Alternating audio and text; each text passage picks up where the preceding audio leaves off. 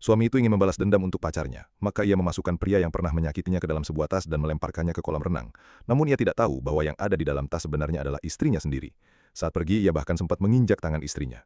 Sang istri melihat suaminya pergi bersama pacarnya, maka ia memutuskan dengan mantap untuk bercerai. Tetapi ketika ia pergi ke kantor pemerintah untuk mengurus perceraian, staf mengatakan bahwa pernikahannya sebenarnya tidak pernah terdaftar. Padahal suaminya benar-benar sudah menikah, dan ternyata istri yang sah itu adalah pacarnya sendiri. Saat itu barulah ia sadar bahwa selama ini ia hidup dalam kebohongan suaminya.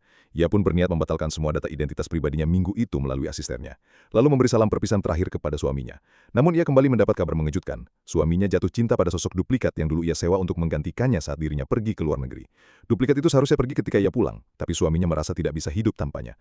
Maka ia menjadikannya sebagai asisten pribadinya, sementara diam-diam tetap menjalin hubungan dengan pacarnya. Bahkan ia juga mendaftarkan sertifikat pernikahan dengan pacar tersebut. Istrinya tidak bisa percaya bahwa semua perkataan suaminya itu nyata. Ia tidak pernah membayangkan hubungan mereka selama 20 tahun akan berakhir seperti ini. Dengan hati kacau, ia pulang ke rumah. Suaminya tetap memperlihatkan perhatian seperti biasa, tapi baginya itu hanya sandiwara. Saat telepon suaminya berdering, ia langsung tahu bahwa itu pasti dari pacarnya. Benar saja, suaminya buru-buru mengatakan ada rapat kantor lalu segera pergi. Beberapa hari kemudian, suaminya kembali dengan membawa buket bunga besar dan mencoba memeluknya. Namun sang istri secara alami menghindar.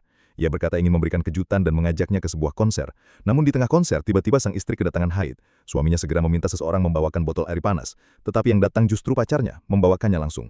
Sang istri berpura-pura tidak tahu lalu pergi. Saat kembali, ia memergoki suami dan pacarnya sedang bermesraan di kamar mandi. Ia tetap tidak bereaksi, hanya duduk kembali di kursinya. Setelah konser, pacar itu sengaja menarik tali sehingga lampu gantung besar hampir jatuh menimpa istri. Namun, sang suami malah berlari menyelamatkan pacarnya. Istri jatuh ke lantai. Ketika sadar di rumah sakit, ia melihat suaminya hanya sibuk menghibur pacarnya. Untuk merayakan kepulangan istrinya dari rumah sakit, suami mengadakan jamuan khusus dan memanfaatkan kesempatan untuk meminta maaf. Ia berkata bahwa ia telah salah paham. Istri pun bertanya apa yang diinginkannya. Suami berkata ia akan menuruti semuanya. Sang istri lalu dengan sengaja meminta agar asistennya dipecat. Suami langsung menolak, mengatakan bahwa asisten itu berasal dari latar belakang sederhana dan memintanya untuk tidak keras kepala tanpa alasan. Tiba-tiba pacarnya menelpon darurat. Suami menuduh istrinya telah menculik pacarnya. Istri marah dan bertanya apa sebenarnya hubungan mereka. Suami tidak menjawab, malah menuduh sang istri bersalah. Istri membela diri bahwa ia tidak pernah menculik siapapun. Namun suami kehilangan akal hingga mendorongnya keras hingga jatuh ke lantai. Melihat istrinya terluka, ia tetap pergi tanpa ragu.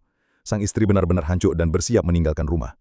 Namun begitu ia keluar pintu, beberapa orang menculiknya dengan memasukkannya ke dalam tas. Mereka bertindak atas perintah pacarnya. Pacar itu menyuruh mereka menangkap orang yang telah merugikannya, tanpa tahu bahwa yang mereka culik adalah istri sah. Ia dipukuli hingga babak belur. Ketika kembali ke rumah, tubuh istrinya penuh luka. Pada saat yang sama, ia mendapat pesan permintaan maaf lagi dari suaminya. Namun ia sudah membatalkan seluruh identitasnya.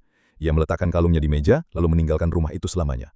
Suaminya terus mengirim banyak pesan, tetapi tidak ada satupun yang dibalas. Tiba-tiba ia merasa sakit dada yang sangat kuat, lalu buru-buru pulang ke rumah.